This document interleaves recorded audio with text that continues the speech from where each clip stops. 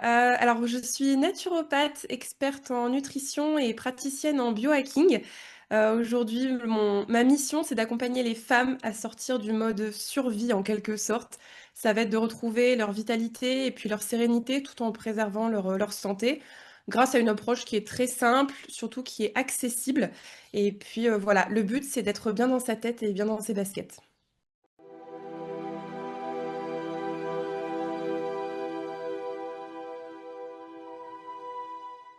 C'est ce qui a fait, hein, que j'exerce ce métier aujourd'hui. C'est clairement mon parcours personnel qui a été marqué par des défis de santé, majeurs, que ce soit psychologiquement, et physiquement. Donc dans un premier temps psychologiquement et ensuite, physiquement. J'ai eu une succession de chocs émotionnels durant une période de 3 années à peu près. Ça a démarré avec une rupture assez difficile. Ensuite, j'ai perdu mon frère. Ensuite, j'ai été dans les attentats de Paris. Enfin voilà, il y a eu pas mal de choses qui sont arrivées sur un laps de temps très court. Et bah, assez forte de caractère, je me suis toujours dit: «Non, non, ça va, j'encaisse, ça va aller». Et puis, quelques mois après, cette succession de chocs émotionnels, j'ai commencé à voir mon corps se transformer. J'ai pris 15 kilos en à peine 3 mois, alors que j'ai pas changé mon alimentation, j'avais une bonne hygiène de vie. J'ai fait un burn-out, j'ai commencé à avoir du prédiabète, et en fait, à ce moment-là, je me suis orientée vers la médecine conventionnelle. Pour moi, c'était le réflexe, voilà, on a un souci, on va voir les médecins. Et puis en fait, ce qui s'est passé à ce moment-là, c'est que je me suis pas forcément sentie entendue. Et en fait, j'ai senti qu'on me donnait des choses pour cacher ces symptômes, mais je sentais très bien que l'origine des maux que j'avais, elle était bien psychologique. Et en fait, je me suis dit: «J'aimerais bien faire un peu la machine arrière pour essayer d'aller trouver les causes finalement, bah, pour faire en sorte aussi que ces problèmes n'arrivent pas et pas prendre des médicaments jusqu'à la fin de ma vie», et c'était parti pour. Et puis, bah, je m'en souviendrai toujours de ce jour-là. J'étais, adossée contre un arbre dans un parc à Paris, parce que j'habitais à Paris à ce moment-là. Et puis, je regardais un petit peu sur internet. Je commençais à regarder la naturopathie, la nutrition, le développement personnel. J'ai commencé vraiment en tant qu'autodidacte et puis, bah, c'est comme ça que je me suis guérie finalement. Alors pas du jour au lendemain, ça a pris plusieurs mois. Et donc, je me suis vraiment passionnée pour ce milieu des médecines alternatives. J'ai été à la rencontre de plusieurs experts, dans le milieu de la médecine fonctionnelle. Du coup, où là, on a trouvé, ce que j'avais, on a réussi à soigner le souci à la source. Et puis, bah, finalement, cette transformation personnelle, celle qui m'a donné envie d'aller, montrer et d'aller aider d'autres femmes à reprendre elles aussi le contrôle sur leur santé et sur leur bien-être surtout.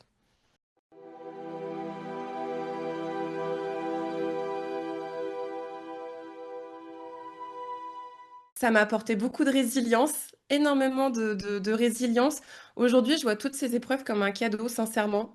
Au début, j'avais un peu l'impression de porter la misère du monde sur mes épaules et finalement, aujourd'hui, je le vois vraiment comme un cadeau parce que c'est tout, enfin, c'est tout ça qui m'a permis d'être là où j'en suis aujourd'hui et d'exercer ce métier qui est passionnant. Donc, ça m'a apporté, tout ce que j'ai aujourd'hui finalement, beaucoup de résilience, d'autonomie, de sortir de ce mode aussi. On a tendance un petit peu à l'appeler ce mode drama queen, où on a tendance à se plaindre de tout ce qui nous arrive.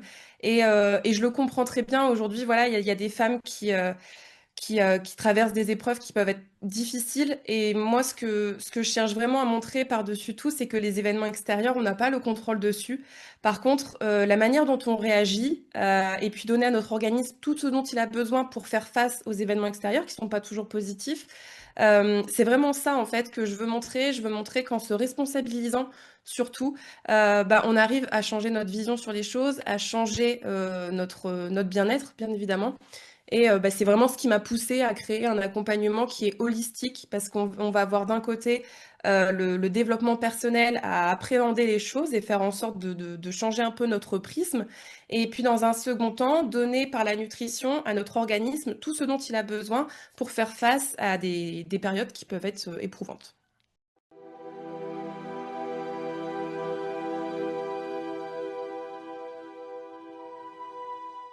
Alors, il faut savoir que ma passion de la cuisine remonte à ma plus tendre enfance. J'ai toujours été passionnée de cuisine. J'avais une maman qui cuisinait beaucoup, et j'ai toujours eu Ce sentiment qu'avec la cuisine, on pouvait transmettre du bonheur aux gens. J'avais toujours cette image des personnes que mes parents recevaient à la maison, voilà, qui repartaient toujours avec le sourire parce qu'ils avaient bien mangé. Et je me suis dit, la cuisine, ça permet de créer du bonheur. Donc déjà, ma passion vient de là. Et puis, bah, après cette succession de chocs émotionnels, en voyant mon corps se transformer, j'ai eu un peu, bah, j'ai mis de côté cette passion de la cuisine parce que j'en étais à un point où j'osais quasiment plus me nourrir. Je me disais, mais en fait, la moindre chose que je vais manger, je vais prendre du poids. Donc, pour quelqu'un qui est passionné de cuisine, c'était un petit peu compliqué à l'époque.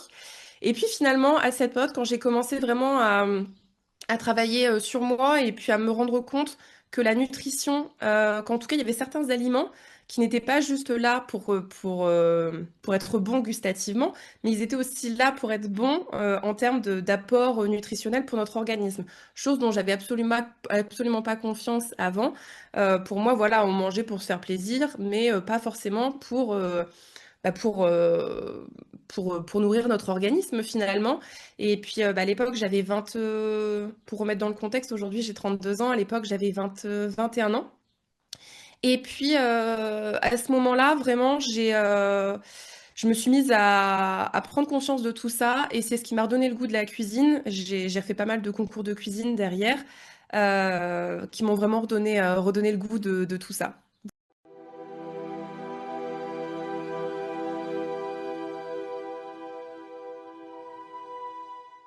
Alors en fait, bah, c'est un lien avec ce que j'ai dit juste avant, c'est que la passion de la cuisine, ces concours de cuisine que j'ai réalisés et que, bon, sans prétention aucune, que je remportais à chaque fois, on me disait, mais il faudrait que tu ouvres ton restaurant. Et puis en fait, c'est vraiment ce qui m'a permis de sortir du burn-out, c'est de récupérer cette passion de la cuisine. Je me suis dit que j'allais quand même le faire parce que c'était un rêve que j'avais depuis très longtemps et je me suis dit, en fait, on ne sait pas ce qui peut se passer demain et c'est un rêve et je veux pas passer à côté et je veux pas avoir de regrets. Donc je veux le faire. Donc je suis revenue en province, de là où je suis originaire, à Amiens, dans les Hauts-de-France, pour monter ce restaurant.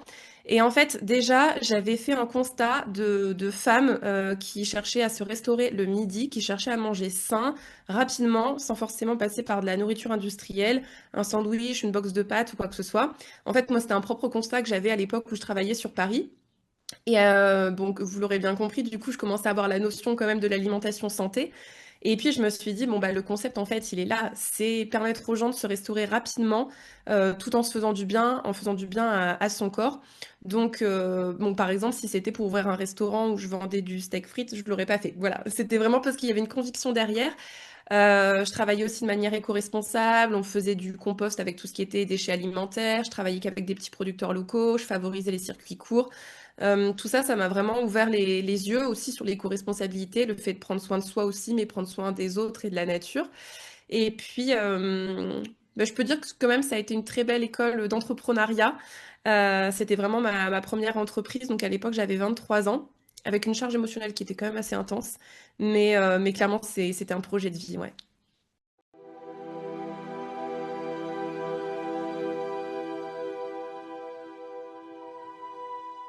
Alors, on va dire que le Covid est arrivé un peu comme un point final de succession d'obstacles que j'ai eu quand j'ai ouvert le restaurant. En fait, si vous voulez, quand j'ai ouvert le restaurant, ça a été très vite un très grand succès. Vraiment, ça a fonctionné. C'était devenu la petite cantine. J'étais vraiment bah, très fière finalement et je me suis dit que toutes ces épreuves traversées auparavant, bah, elles n'avaient pas servi à rien. Et puis, alors, ce qu'il faut savoir, c'est que quand j'ai ouvert, je suis tombée sur un maître d'œuvre qui n'en était pas un. Donc, je me suis fait arnaquer financièrement. C'était très compliqué. Ensuite, j'ai ouvert le premier samedi du mouvement des Gilets jaunes. Ensuite, il y a eu le Covid. Donc à ce moment-là, j'avais demandé un prêt garanti par l'État auprès de mon établissement bancaire, mais qui avait refusé parce que mon entreprise avait moins de 3 ans, elle n'avait que 2 ans et 10 mois. Et bon, c'était quand même une assez grosse structure, hein. Et puis, bah, en ayant fait le point, on s'est rendu compte bah, que ce serait pas viable. Donc là, j'ai dû fermer. Ça a été très compliqué. Ça a été très très compliqué, même si en fait je me suis rendu compte à ce moment-là que j'avais les clés pour apprendre à gérer les événements un peu traumatisants en quelque sorte. Je pense que si je les avais pas eus, ça aurait été pire. Et en fait, à ce moment-là, j'ai commencé à déclencher des problèmes d'eczéma, du vitiligo. J'ai une dépigmentation de la peau que j'ai encore sur certaines parties des mains. Et puis, en fait, je me suis rendu compte que même si je pensais avoir les techniques pour gérer mon stress, il manquait encore quelque chose. Je me suis dit, en fait, mon corps aujourd'hui absorbe encore ce qui se passe émotionnellement. C'est que j'ai pas été aussi loin que j'aurais dû aller. Mais en tout cas, on va dire que par rapport à ce qui s'est passé auparavant, mon corps, on va dire, a amorti les chocs émotionnels. Et puis c'est à ce moment-là où j'ai décidé de prendre un accompagnement assez intensif d'introspection, de développement personnel qui a duré plusieurs mois, qui a vraiment été transformateur. Et puis bah, finalement, j'ai vu la fermeture du restaurant comme une opportunité parce que finalement, c'est ce qui m'a permis de faire mon métier aujourd'hui, d'être naturopathe, experte en nutrition.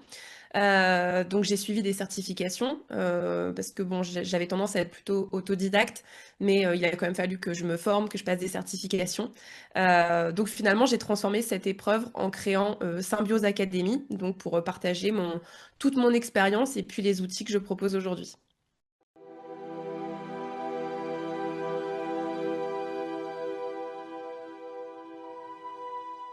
Alors comme je vous disais, et au début, j'ai vraiment commencé en autodidacte. Et puis ensuite, bon, j'ai passé donc plusieurs formations, certifications. En parallèle aussi, j'ai assisté à beaucoup de conférences, des séminaires auprès de grands experts qui sont reconnus mondialement. En fait, dès que je sentais qu'il y avait un sujet qui me passionnait, que ce soit l'hormonologie, enfin, tous ces sujets qui touchaient à la santé, je me rendais compte que ça devenait vraiment, en plus d'une conviction, ça devenait une passion. Alors, dès qu'il y avait des séminaires, des conférences, j'allais à droite, à gauche. Et vraiment, j'ai vraiment été piocher toute une multitude d'informations. Et en fait, c'est toute cette richesse, pardon, d'informations que j'ai pu récolter qui me permettent vraiment aujourd'hui d'offrir une approche qui, je pense, est complètement complète, même pas que je pense, c'est elle est complète, qui tient vraiment à chaque dimension d'une personne. C'est-à-dire, on va avoir le côté alimentation, le côté sommeil, les mouvements, la gestion du stress, l'équilibre hormonal.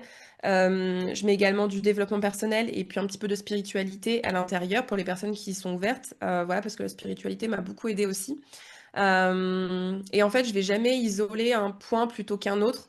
C'est ma manière de voir les choses. En tout cas, c'est une vision holistique qui permet de regrouper toutes ces connaissances et tous ces outils pour contribuer au bien-être d'une même personne.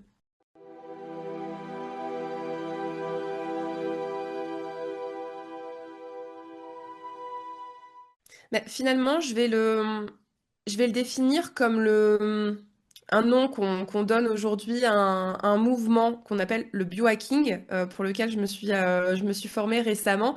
Et finalement, le biohacking regroupe toute une multitude de justement toutes ces différentes dimensions dont on parlait. Ça regroupe vraiment tout ce que j'ai appris durant ces 8 dernières années. Et en fait, le biohacking, pour vous en dire un petit peu plus, on dit que c'est l'art d'optimiser son environnement intérieur et extérieur pour reprendre le contrôle sur sa santé. Et on agit donc sur la micronutrition, le sommeil, le mouvement, les capacités cognitives, la détoxification, l'hormonologie, le stress grâce aux neurosciences, et puis on va mettre tout ça en place grâce à des routines quotidiennes. Et en fait, si vous voulez, pendant toutes ces années, j'ai acquis toutes ces connaissances et j'ai appris il n'y a pas moins d'un an à peu près le biohacking. Et en fait, je me suis dit, bah, c'est ce que je fais depuis des années et c'est la raison pour laquelle j'ai décidé de me former encore plus au biohacking. Et je pense qu'en fait, c'est un peu le résumé de toutes ces différentes dimensions qui regroupent mon approche aujourd'hui qui est complète et puis qui est surtout moderne parce qu'elle est issue des dernières recherches scientifiques. Et puis voilà.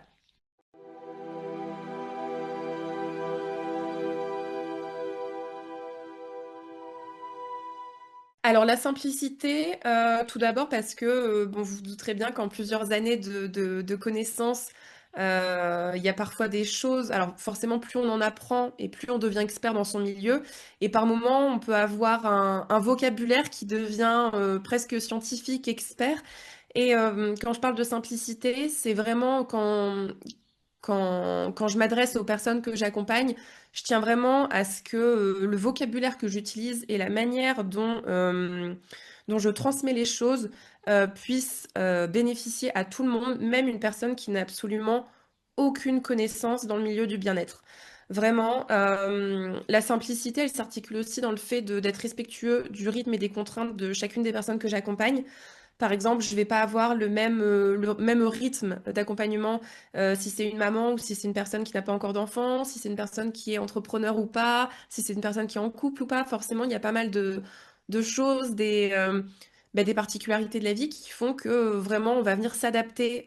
C'est pas la personne qui vient s'adapter à ce que je propose, c'est moi qui viens m'adapter dans la vie de la personne de manière à ce que ce soit le plus simple possible. Et puis pas mettre de pression ou bien de conseils superflus qui viendraient plus ajouter de la charge mentale qu'autre chose. Mon but, c'est de retirer de la charge mentale, justement. Et puis l'authenticité, je la vois surtout par un mot qu'on dit en anglais, mais qui se dit pas forcément en français, c'est l'empowerment. C'est le fait de donner du pouvoir aux gens, leur donner de la responsabilité et de se dire qu'en fait, chacun, on a tous les clés de gérer notre santé et notre bien-être. C'est juste que de temps en temps, il faut un petit coup de pouce pour relancer la machine, mais en tout cas, voilà, donner la responsabilité aux gens de prendre en main leur bien-être. Ça, je pense que c'est une de mes valeurs principales, ouais.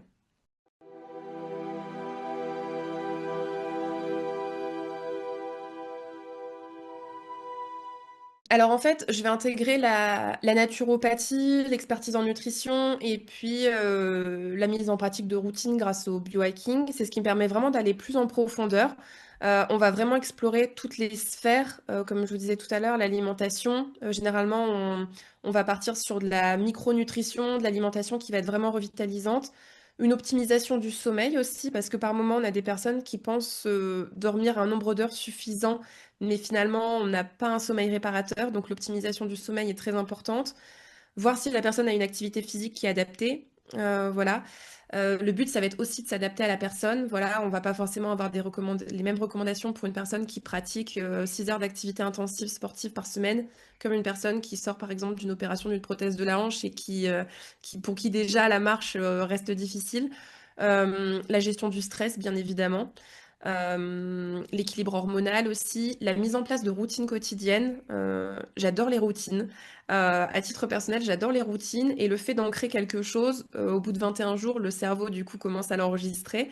Et j'adore par rapport au rythme de vie des personnes. Voilà, en fonction, il y a certaines personnes le matin qui vont avoir peut-être 30 minutes à accorder à une morning routine et d'autres personnes pour qui ça va être 3 minutes, pas plus. Et ça, j'aime bien parce qu'à chaque fois, c'est un challenge de faire en sorte d'optimiser le temps et l'énergie dont la personne dispose pour pouvoir lui proposer des petits hacks finalement pour qu'elle se sente mieux. Et puis voilà, tout ça, ça s'enregistre dans un accompagnement qui est global. Je vous donne un exemple très concret, des personnes qui viennent régulièrement pour des soucis de ballonnement. On va avoir un côté troubles digestifs qui peuvent venir de l'hormonologie, qui peuvent venir de la nutrition, qui peuvent venir du sommeil. Ça peut venir du stress aussi, qui va être relié avec le nerf vague, du coup, l'axe cerveau-intestin. Donc dans ces cas-là, on va travailler aussi sur l'émotionnel, sur le développement personnel, en plus de la nutrition. Voilà, on va vraiment travailler sur toutes les sphères.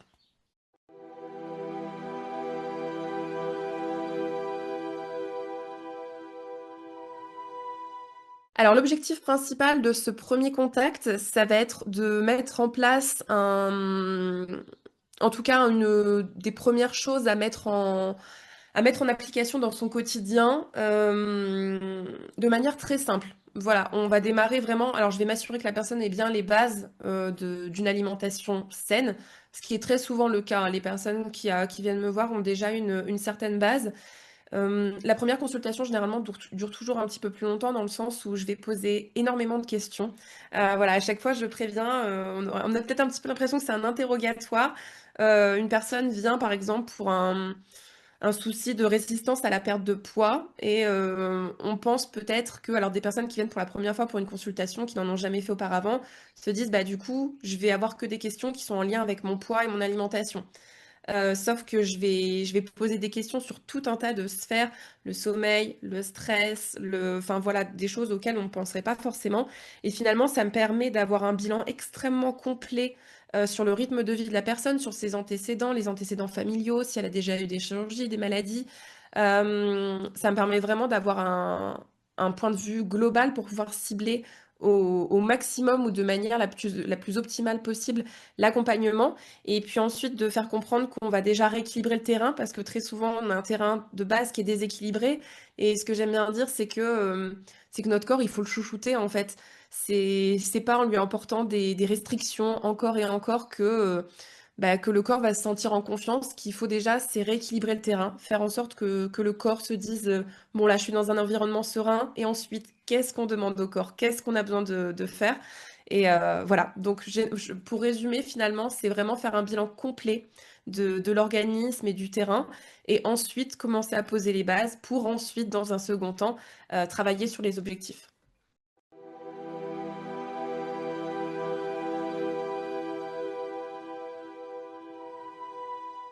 Alors le programme Nutri-Vitalité, alors l'ancienne version passe sur la nouvelle version, donc qui va sortir dans très peu de temps. Donc c'est le programme Nutri-Vitalité 2.0 dans lequel j'intègre le biohacking justement. Et c'est vraiment une méthode dans laquelle je vais associer la nutrition revitalisante, les routines de biohacking naturel et puis la régulation du système nerveux. Ça va être vraiment dans le but de venir restaurer la vitalité, l'énergie et puis le bien-être profond. Et donc, cette méthode, elle repose sur 3 piliers. Donc, la première, comme je vous disais, la nutrition revitalisante avec une approche en micronutrition.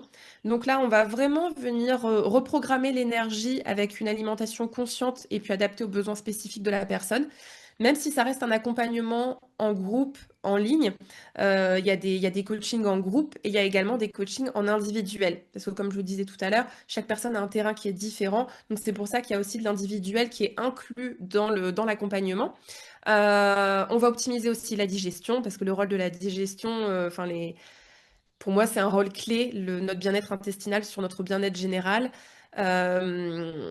Aussi optimiser notre métabolisme, la détox naturelle via les organes émonctoires, stabiliser aussi l'équilibre de la glycémie pour favoriser un bien-être digestif notamment. Ensuite, en deuxième pilier, on va avoir la mise en place du coup de rituels, comme je vous disais tout à l'heure, des rituels de biohacking pour avoir un sommeil réparateur, faire des mouvements quotidiens qui soient adaptés à ce qu'on est capable de faire. Avoir une stimulation des capacités mentales. Aujourd'hui, on a de plus en plus de personnes qui ont des pertes de mémoire ou des problèmes de concentration. Ça vient énormément aussi de notre hygiène de vie et de notre alimentation notamment, donc on travaille sur tout ça. Et la spiritualité et la reconnexion à soi, comme je le disais tout à l'heure. Donc là, on va vraiment mettre en place des routines qui sont très accessibles. Et puis en troisième pilier, donc il y a la régulation du système nerveux, où là, on va vraiment sortir de ce cercle vicieux stress-fatigue avec des outils de régulation nerveuse, donc comme la méditation, la cohérence cardiaque, des exercices d'ancrage émotionnel. Et puis, on va vraiment optimiser sa réponse au stress pour stabiliser son équilibre hormonal. Comme je vous disais tout à l'heure, les événements extérieurs, on ne les contrôle pas. Et même l'année prochaine et dans 10 ans, on ne les contrôlera pas. Par contre, notre manière d'y réagir, on peut la contrôler. Et puis, en plus de ça, si on donne tout ce qu'il faut à notre organisme pour qu'il soit plus résistant face au stress, ce sera que bénéfique. Voilà, donc c'est les 3 piliers essentiels de la méthode Veno qui est dans le programme Nutri-Vitalité.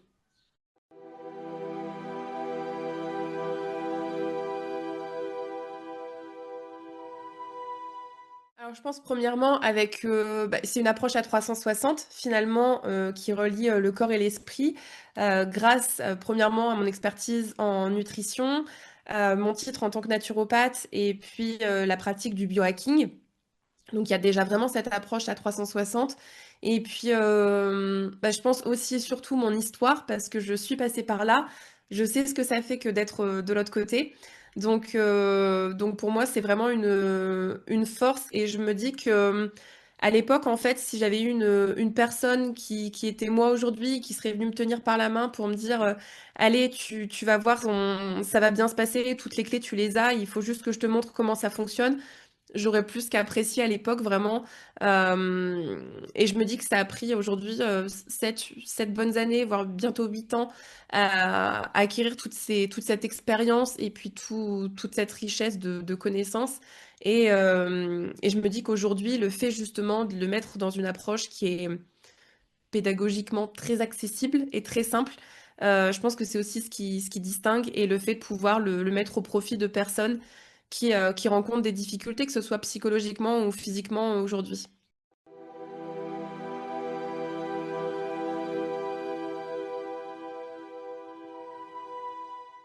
Alors, pourquoi avoir choisi Symbiose Academy? Alors, ça s'écrit Symbiose, S-A-I-N-B-I-O-Z, et non pas comme le mot symbiose.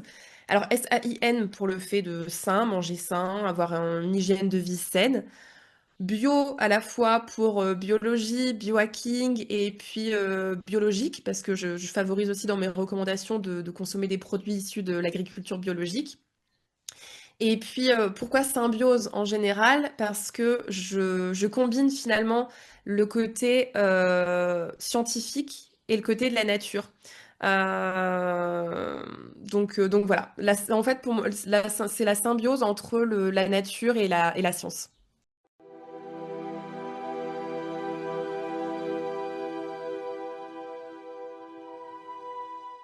Alors le podcast Marie Holistique, ça me permet vraiment d'aller plus en profondeur sur un sujet parce que bon, je suis très présente sur les réseaux sociaux, mais forcément un post avec une vidéo de 30 secondes, on peut pas aller plus en profondeur sur un sujet que la durée de mes podcasts. Alors maintenant, je fais un petit peu plus de format court d'une vingtaine de minutes.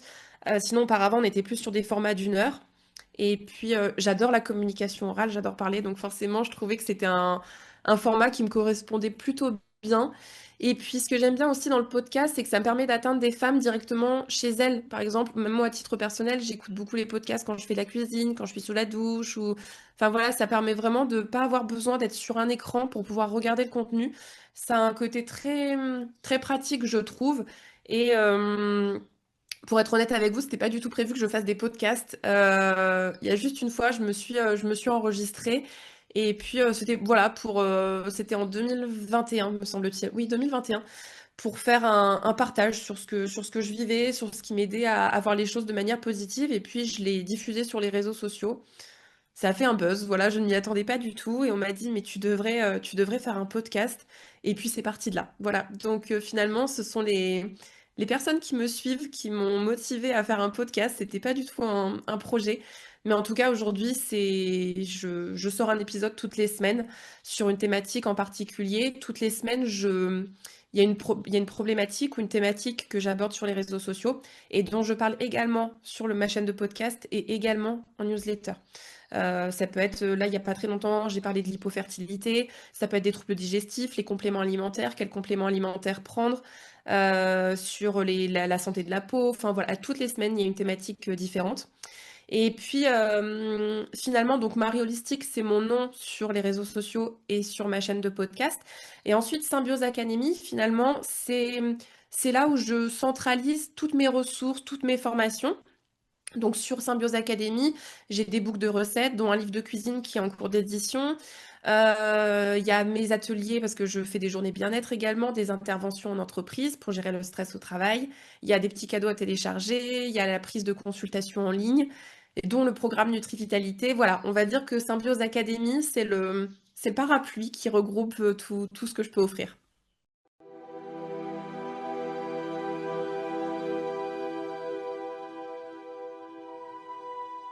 Ne pas culpabiliser, déjà, premièrement. Parce que c'est quelque chose à l'époque quand je me suis sentie extrêmement seule quand j'ai commencé à avoir des soucis de santé, que j'avais pas le moral, je voulais plus rien faire, j'étais pas souriante du tout.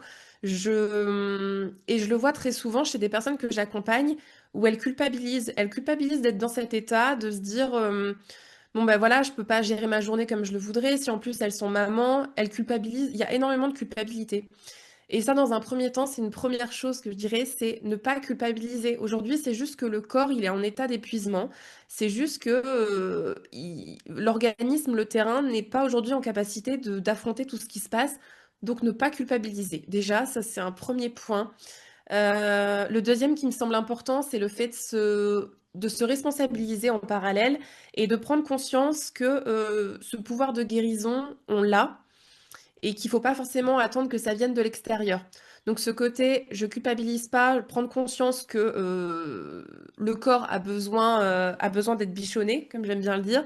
Et puis dans un second temps, se dire, ok, par contre c'est moi qui ai les clés aujourd'hui pour en prendre soin de mon corps. Et puis voilà, c'est vraiment les deux enseignements, c'est ne pas culpabiliser et se responsabiliser. Ça peut paraître un petit peu contradictoire, mais finalement c'est très logique.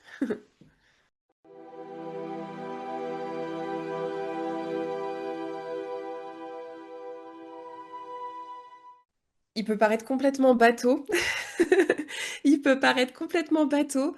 Euh, mais c'est le fait de prendre soin de soi en priorité. C'est le fait de se faire passer en priorité. Parce que tant qu'on on cherche toujours à mener à tenir les deux bouts finalement, et puis à avoir des journées, vouloir faire des choses pendant qui prendraient 50 heures, et finalement une journée, il n'y a que 24 heures, on a souvent tendance à mettre en priorité les obligations, les tâches, les to-do, l'entourage, et on a souvent tendance à se faire passer en dernier. Et finalement, ce qu'il faut comprendre, alors pour moi, ça a été un petit peu compliqué au début, mais finalement, alors on peut avoir l'impression de devenir égoïste, mais finalement, quand on se rend compte qu'on prend soin de soi, que ce soit psychologiquement ou physiquement, ça nous permet derrière d'accompagner les autres de manière beaucoup plus facile et beaucoup plus fluide.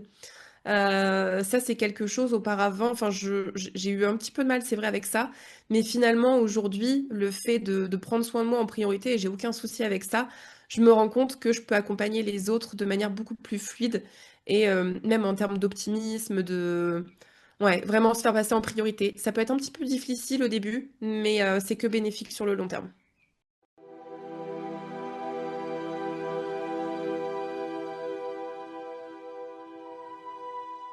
Alors, vous pouvez me retrouver sur la page Instagram Marie-du-bas holistique, Holistic. Donc là, j'y suis présente quotidiennement. Je vous partage des recettes, des conseils. J'y suis vraiment tous les jours. Et puis ensuite, il y a mon site internet www.symbioseacademy.com, donc SAINBIOZ.com. Donc là, vous y retrouverez toutes les ressources dont je vous ai parlé tout à l'heure, les programmes, le livre de cuisine, également la possibilité de s'inscrire à la newsletter qui est gratuite, où j'envoie des informations toutes les semaines en lien avec le podcast que l'on retrouve sur Deezer, Spotify et Apple Podcast, donc sous le nom Marie Holistique toujours. Et puis voilà. Et si vous allez sur le site internet, il y a un petit cadeau à télécharger pour toute nouvelle personne qui arrive. C'est un pack SOS Énergie où vous avez dedans plein de petites pépites pour pouvoir prendre soin de vous. En tout cas, c'est une belle base pour commencer.